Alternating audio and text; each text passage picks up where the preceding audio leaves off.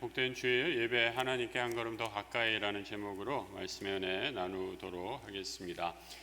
새해가 들어서 올해 표어를 하나님의 크고 놀라운 일을 경험하는 한 해가 되자라는 제목으로 우리 주제로 삼고 올해 시작하고 있습니다.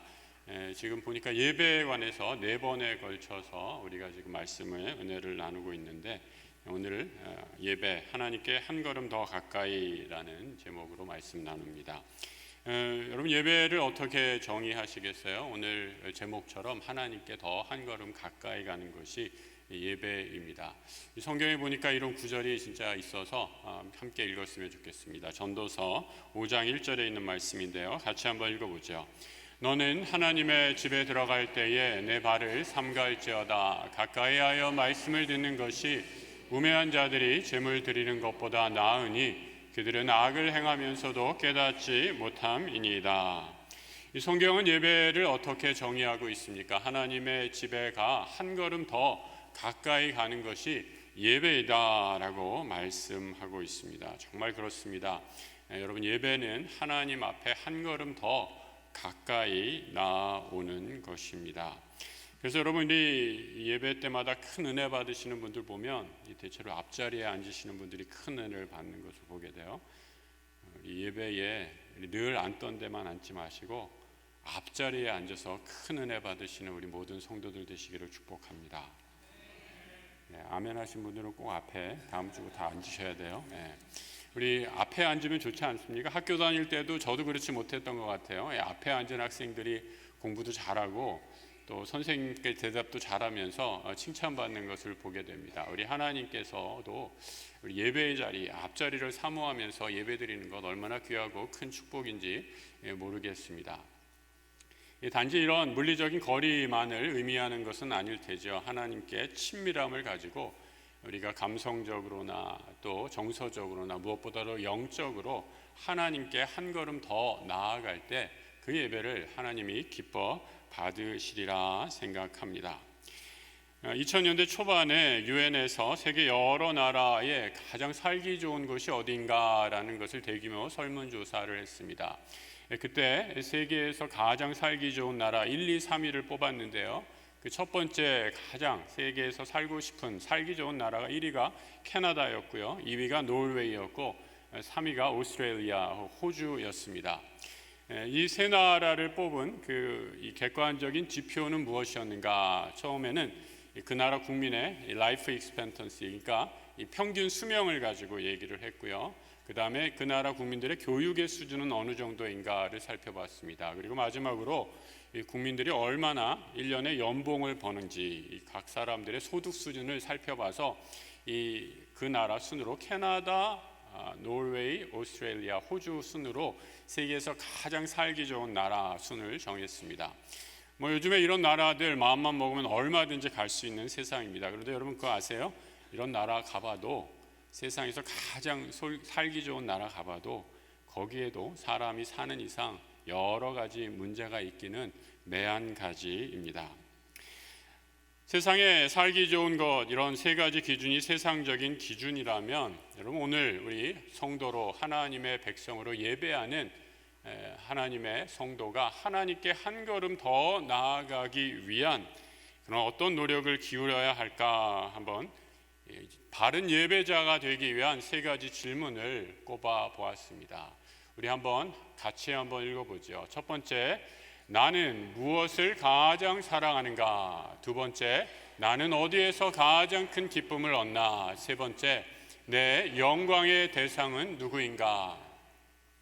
여러분, 이 세 가지 질문을 마음속에 잘 새기면서 오늘 설교를 들어주시면 감사하겠습니다. 먼저 첫 번째 질문, 나는 무엇을 가장 사랑하는가? 라는 질문입니다. 여러분, 누구를 제일 사랑하십니까? 내 마음에 있는 가장 중요한 첫 번째 순위는 무엇입니까? 시편의 92편 12절 이하의 말씀입니다. 의인은 종려나무같이 번성하며 레바논의 백향목같이 성장하리로다. 이는 여호와의 집에 심겼으며 우리 하나님의 뜰 안에서 번성하리로다. 그는 늙어도 여전히 결실하며 진액이 풍족하고 빛이 청정하니 여호와의 정직하심과 나의 바위 되심과 그에게는 불의가 없음이 선포되리로다. 이 성경은 의인이 누리는 복, 장수의 복, 형통의 복, 또 번성함의 복에 대해서 말씀하고 있습니다. 성경이 말하는 의인, righteous man이라는 말의 뜻은 하나님과 올바른 관계를 맺고 있는 사람을 가리켜서 의인이다라고 말하고 있죠. 이 의인은 여호와의 집에 심기운 사람이다라고 이렇게 얘기합니다. 여호와의 집에 심기었다라는 거, 쉽게 말해 예배의 자리에 심겨진 사람을 의미합니다. 여러분, 예배에 심겼다라는 뜻이 무슨 의미일까요? 쉽게 언제나 어디서나 그 자리를 지키는 예배자다라는 뜻이죠. 요즘에 젊은 분들은 잘 모르실 텐데, 예전에 제가 대학 시절에 전유성 씨라는 개그맨이 있었습니다. 이분이 이 결혼을 하는데 청첩장을 돌렸나 봐요. 그런데 그 청첩장에 뭐 기본적인 정보가 다 들어갔겠죠. 그런데 그 청첩장의 내용들, 어디에서 언제 몇 시 합니다, 뭐 이런 청첩장의 내용이 들었고, 그 맨 마지막에 문구가 아주 인상적이었습니다. 그 맨 마지막 문구는 뭐였냐면 비가 와도 합니다라는 거였어요. 그럼 만약에 결혼식 비가 와서 취소한다면 어떡하겠습니까? 큰일 아닙니까? 비가 와도 내 사랑하는 이 여성이랑 반드시 결혼하겠다라는 거죠. 우천이라고, 날씨가 나쁘다고 결혼 연기하고 취소한다면 큰일 나는 것 아니겠습니까? 우리의 예배 마찬가지입니다. 비가 와도 날이 추워도 우리는 예배하죠. 성공해도 실패해도 우리는 하나님께 나와 예배합니다. 지난 코로나 팬데믹 기간 중에서도 우리는 예배를 쉬지 않고 하나님 앞에 나아왔습니다. 예배는 선택이 아니라 필수이기 때문이죠. 예배는 하나님, 우리가 가장 사랑하는 하나님께 예배하는 가장 거룩한 행위이기 때문이죠. 케냐의 한 장수촌에 선교사님이 방문을 했습니다. 이 장수촌, 이 100세가 넘은 할머니들이, 뭐 확인할 길은 없지만 100세가 넘은 할머니들이 아주 많이 사신다라는 그런 소문을 듣고 선교사님이 한번 방문을 해서 실제로 그러한가라는 그 할머니들, 많이 장수하신 어르신들을 만났어요. 그리고 그 마을에서 가장 오래 사셨다는 120살 먹은 할머니를 만났습니다. 이런 분 만나면 우리가 꼭 궁금한 게 있잖아요. 그 장수의 비결이 무엇입니까? 라고 이렇게 물었던 거죠. 너무 이렇게 건강한 분이 이 아프리카 하면은 여러 가지 뭐 위생 시설이나 낙후돼서 단명할 것으로 생각을 했는데, 이렇게 장수하는 분이 있다라고 놀라서 그 장수의 비결을 물었다라는 거예요. 그러니까 그 할머니가 얼굴에 웃음을 가득 띄우면서 이렇게 대답했다는 거예요. I eat well. 나는 아주 잘 먹습니다. 그리고 I walk every day. 나는 매일매일 걸어 다닙니다. 그리고 마지막으로 세 번째, I always obey my God. 나는 항상 하나님께 순종합니다. 이 장수의 비결로 꼽았다라는 거죠. 3세기의 위대한 기독교 교부였던 성 어거스틴은 나의 정체성, 나는 누구인가라는 것을 내가 무엇을 하는 사람이냐로 정해지지 않는다라고 말합니다. 다시 말해, 내 직업이 무엇이고 내가 어디에 살고 내가 어떤 업적을 했는지 그걸로 내가 규정되는 것이 아니다라고 말하죠. 나의 나됨, 나의 정체성은 내가 무엇을 사랑하는가, 그것으로 나의 나됨이 결정된다라고 말하고 있습니다. 이 자리에 나오신 우리 성도 여러분, 여러분이 가장 사랑하는 것이 무엇입니까? 내가 가장 사랑하는 분 하나님 되시기에 이 자리에 나와 예배하는 우리 모든 예배자들 되시기를 축복합니다. 미국인들이 아주 좋아하고 존경하는 폴 에징거라는 골프 선수가 있습니다. 사진을 한번 보여주시죠. 그럼 왼쪽에 있는 사람 누군지 아시겠죠? 전설의 골프 선수, 이 타이거 우즈입니다. 그 옆에 있는 분이 바로 폴 에징거라는 그런 분입니다. 이 PGA 투어에서 12번이나 우승을 했고, 한때는 이 타이거와 아주 막상막하 겨룰 정도로 아주 뛰어난 골프 선수였지만 그의 전성기는 1993년에 끝나버립니다. 바로 그 해에 암 진단을 받았기 때문이죠. 암 진단을 받고 수년 동안의 아주 힘든 치료에 과정을 거치면서 완쾌되었습니다. 그래서 지금은 아주 유명한 골프 해설가로 활약하고 계시는 분입니다. 그가 암에 걸린 후에 그의 자서전에서 이렇게 기록하고 있습니다. 한번 잘 들어보시기 바랍니다. 골프가 내 삶에 여전히 중요한가? 이 질문에 대한 답, yes이기도 하고 no이기도 하다. 골프는 여전히 내 삶에 중요하고 내가 이 게임을 즐기며 사랑한다는 점에서 yes, 골프는 여전히 내게 중요하다. 하지만 골프가 더 이상 내 삶의 첫 번째는 아니기에 이전만큼 중요하지 않다는 면에서 no, 틀리기도 하다. 아마 네 번째쯤 되는 것 같다. 내 첫 번째 우선순위는 하나님이고, 두 번째는 내 가족이고, 셋째는 내 친구들이다. 그리고 마지막 네 번째가 골프이다. 골프는 하얗고 작은 공을 치는 게임이지만 하나님은 나의 하나님이시다. 하나님은 골프보다 훨씬 더 크신 분이시다. 폴 헬싱거는 암 때문에 자신의 삶의 우선순위를 재정립할 수 있었습니다.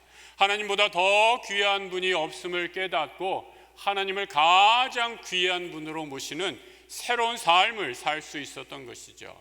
이런 면에서 그에게 닥친 암은 저주와 절망이 아니라 축복이었던 것이죠.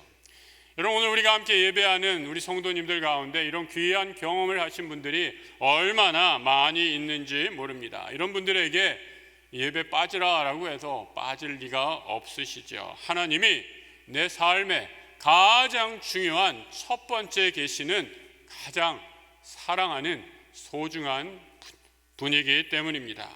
우리 모두 함께 예배하는 성도, 오늘 예배를 통해 하나님만을 사랑합니다. 하나님만이 내 삶에 가장 귀하신 분입니다. 고백하는 예배자 되시길 우리 주님의 이름으로 축복합니다. 하나님께 한 걸음 더 가까이 가기 위한 두 번째 질문, 내가 가장 큰 기쁨을 얻는 곳이 어디인가? 라는 질문이었죠.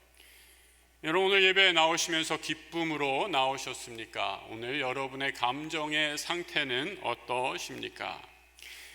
여러분, 그렇지 못하다면, 혹시 기쁨을 잊어버리셨다면 이 예배를 통해 하늘의 기쁨, 하나님이 주시는 기쁨을 회복하시길 기원합니다. 하나님의 사람 다윗은 그런 면에서 기쁨에 하나님을 기뻐하는 예배자였습니다. 사무엘하 6장 14절 이하의 말씀이죠. 다윗이 여호와 앞에서 힘을 다하여 춤을 추는데 그때 다윗이 배 에봇을 입었더라. 다윗과 온 이스라엘 족속이 즐거이 환호하며 나팔을 불고 여호와 앞에 궤를 메어 오니라.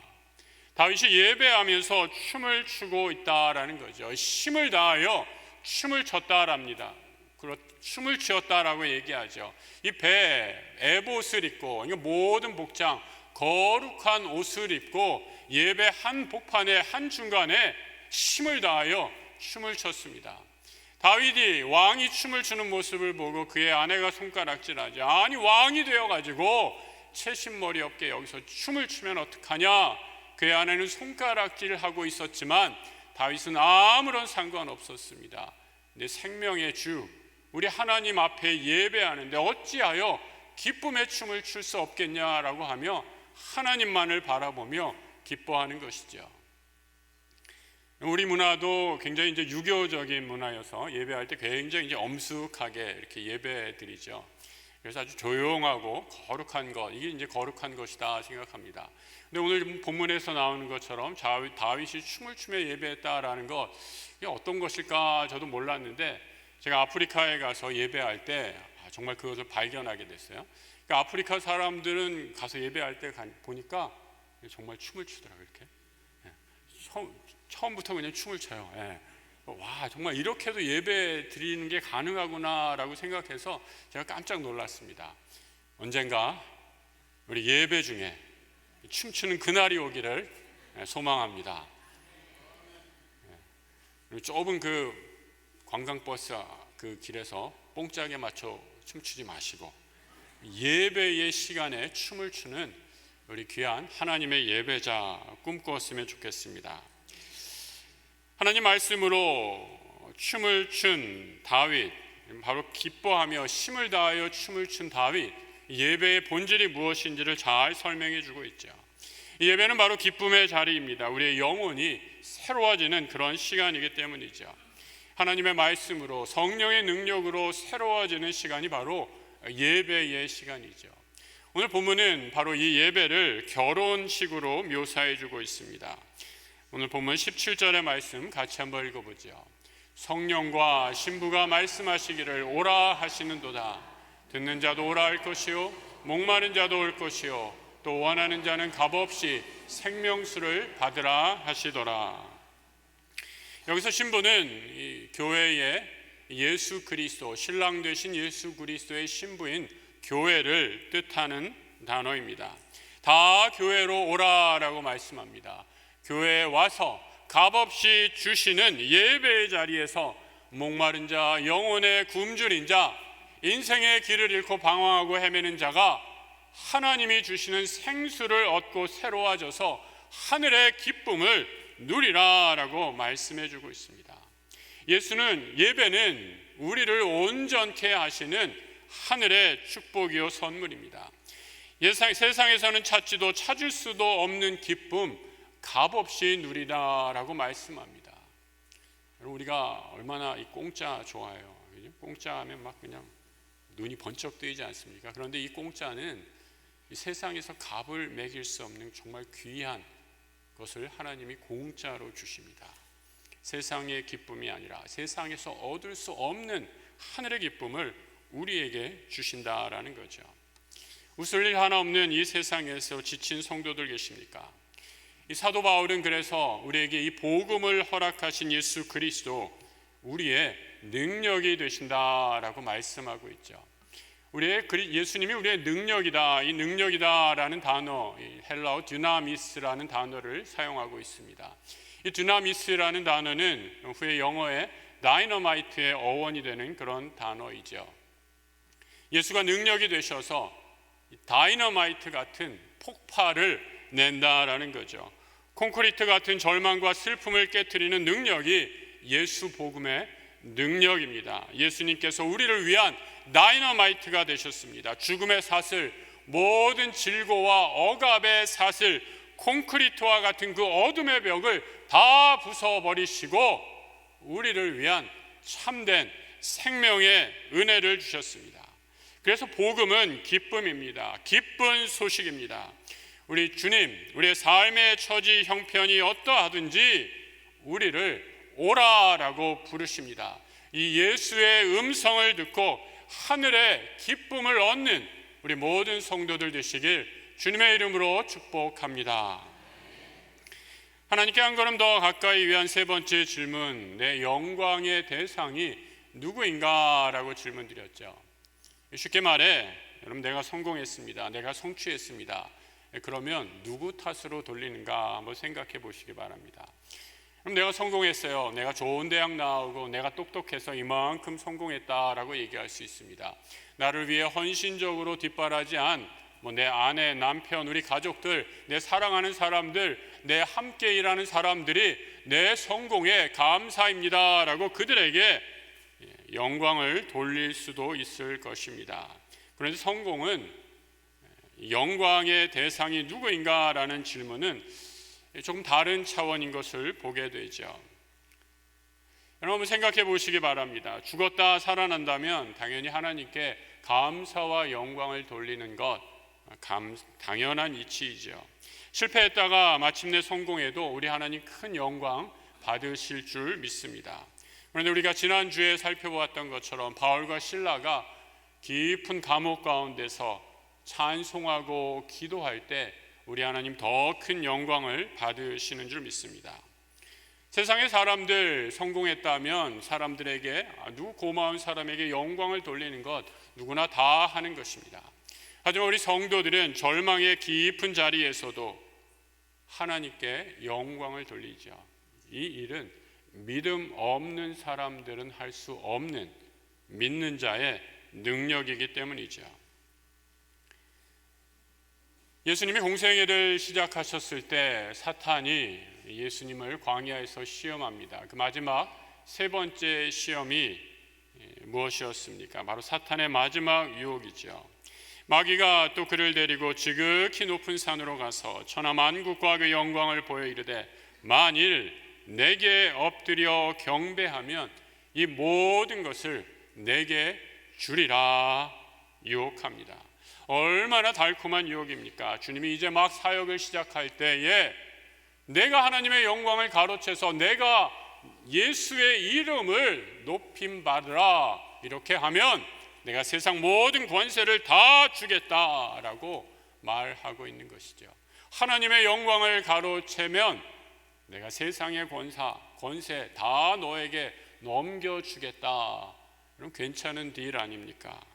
그런데 우리 주님은 이런 사탄의 유혹에 대해 오직 하나님만을 경배하고 그를 섬겨라 라고 물리치십니다. 구약의 시편도 예배의 노래인데 오직 하나님께만 그 영광을 돌릴 것을 말씀하고 있습니다. 시편 29편 1절 이하의 말씀 같이 한번 읽어보죠. 너희 권능 있는 자들아 영광과 능력을 여호와께 돌리고 돌릴지어다. 여호와께 그의 이름에 합당한 영광을 돌리며 거룩한 옷을 입고 여호와께 예배할지어다. 예배자는 어떻게 영광을 돌립니까? 내가 배운 것 이만큼 배웠습니다. 내가 이만큼 이루었습니다. 이것을 자랑하며 내 스스로 높은 영광을 성취하고 그 영광을 얻는 것이 아니라 성경은 말씀하시기를 내 모든 영광, 능력 그저 하나님께 돌리라라고 말씀합니다. 하나님께 영광을 돌리라, 영어에 ascribe라는 단어를 썼습니다. 쉽게 얘기하면 누구 탓으로 돌리는 거죠. 하나님 탓입니다. 모든 것이 다 내가 누리고 내가 이룬 모든 것이 다 하나님이 하셨습니다 라는 이런 믿음의 고백으로 살아가라라는 것이죠. 이것이 바로 예배자의 삶이다라는 겁니다. 19세기 부흥의 역사를 이루었던 찰스 스펄전 목사는 예배에 대해 그래서 이렇게 말하고 있습니다. 일할 시간 얻기 위해 예배에 참석하지 않는 사람이 있다면 금을 팔아 놋을 사는 사람이다. 더 높은 보수를 받기 위해 기쁨의 자리를 떠나 영혼이 굶어 죽을 곳으로 가는 사람은 옥수수 껍질을 얻기 위해 고운 밀가루를 내어주는 자와 같다. 여러분이 소유하고 있다고 여기는 영원한 생명이 그토록 사소한 가치에 불과하다는 말인가? 그렇다면 나는 여러분 앞에 단호히 선포합니다. 당신은 영원한 생명을 소유한 자가 아니다. 사도 바울은 하나님 앞에 모든 영광을 돌린 예배자였습니다. 그리고 이렇게 고백하죠. 그러나 나의 나 된 것은 하나님의 은혜로 된 것이니 내게 주신 그의 은혜가 헛되지 아니하여 내가 모든 사도보다 더 많이 수고하였으나 내가 아니요 오직 나와 함께 하신 하나님의 은혜로라. 나의 모든 것, 내가 이룬 모든 업적, 내가 여기에 있는 것, 하나님께 모든 영광을 돌리는 것이 바로 예배자의 삶임을 보여주고 있습니다. 오늘 예배의 자리로 나온 우리 모든 성도들, 이 귀한 고백이 바로 나의 고백, 믿음의 고백이 되기를 축복합니다. 예배자는 하나님께 모든 영광을 돌리는 것뿐만 아니라 우리 서로 믿음의 형제자매들에게 내가 온전할 수 있음을, 바로 그 형제자매로 인해 내가 온전해질 수 있음을 고백하는 신앙 공동체로 모인 교회의 성도들입니다. 2차 대전이 마지막 종전으로 치달을 무렵에 병사들이 그러니까 오랜 전쟁으로 얼마나 지쳤겠습니까? 미국의 유명한 시국 배우가 우리 부대에 와서 좀 위문 공연을 해달라라는 그런 제안을 받았습니다. 그런데 워낙 유명한 사람이기 때문에 아무리 시간을 쪼개도 스케줄을 봐도 시간이 얼마 남지 않는 거예요. 겨우겨우 시간을 내서 한 10분 정도 공연해도 되겠습니까? 그냥 얼굴 한번 비춰주고 나는 물러가겠습니다 해도 제발 좀 그것도 괜찮습니다. 10분만 와서 해도 아무런 상관없습니다. 이렇게 연락을 받고 그 부대에 가서 위문 공연을 성사합니다. 그리고 마침내 그 공연에서 10분 하고 딱 내려올 줄 알았는데 이 유명한 배우가 10분이 지나고 20분이 지나고 거의 1시간 동안을 그냥 그 군인들 앞에서 웃기고 웃으며 즐기면서 공연을 하고 내려왔다라는 거죠. 이 공연 기획자가 깜짝 놀랐어요. 아니 10분 정도 하기로 했는데 이렇게 오래 하셔서 놀랐습니다. 우리 부대 형편상 10분 정도 개런티밖에 못 드리는데 이렇게 귀한 공연을 오래 해주셔서 어떡합니까? 라고 이렇게 물으니까 그 배우가 이렇게 얘기하더라는 거예요. 요 맨 앞자리에 상위 군인, 전쟁에서 부상을 입은 군사, 병사 2명이 있었습니다. 한 사람은 오른팔을 잃고 한 사람은 왼팔을 잃은 병사 2명이 서로 딱 붙어서 서로가 없는 어깨를 마주치면서 이렇게 박수를 치는 모습에 감동을 해서 내가 차마 내려올 수 없었습니다. 이렇게 얘기하더라는 것이죠. 그럼 교회는 어떤 곳입니까? 나 때문에 있는 곳이 교회가 아닙니다. 하나님 때문에 있는 곳이 바로 교회입니다. 또한 이것은 나 혼자 믿음 생활하는 것이 아니라 서로 의지하고 격려하고 사랑하라고 있는 곳이 바로 신앙 공동체인 교회입니다. 교회는 나 혼자 믿음 생활 잘해서 천국문에 혼자 들어가는 곳이 결코 아닙니다. 서로 부족하고 허물이 있지만 손에 손잡고 용서하며 사랑하며 하나님 나라를 향해 걸어가는 공동체가 바로 교회입니다. 그래서 여러분, 우리가 예배하는 가장 큰 이유는 하나님 때문이지만 바로 내 옆에 앉은 우리 성도들 때문에 우리는 교회, 천국에 이를 수 있습니다. 내가 은혜 받으면 그 은혜는 나에게서만 그치는 것이 아니라 우리 교회 공동체로 흘러갑니다. 내가 바른 예배자가 되면 그 예배의 은혜가 주변 사람들에게 미치게 됩니다. 하나님 우리를 예배자로 불러주신 이유, 이 거룩한 주의 몸된 교회 혼자 섬기는 것이 아니라 함께 섬기라고 불러주셨습니다. 내 옆에 있는 형제 자매를 통해 우리는 서로 사랑하는 법을 배우고 용납하는 것을 배우고 함께하는 은혜를 누리게 됩니다. 우리 옆에 오늘 앉은 분이 누구인가 한번 얼굴 한번 보세요. 한번 보시고 이렇게 한번 인사해 주세요. 덕분에 제가 천국 가게 생겼습니다. 한번 이렇게 인사하시죠.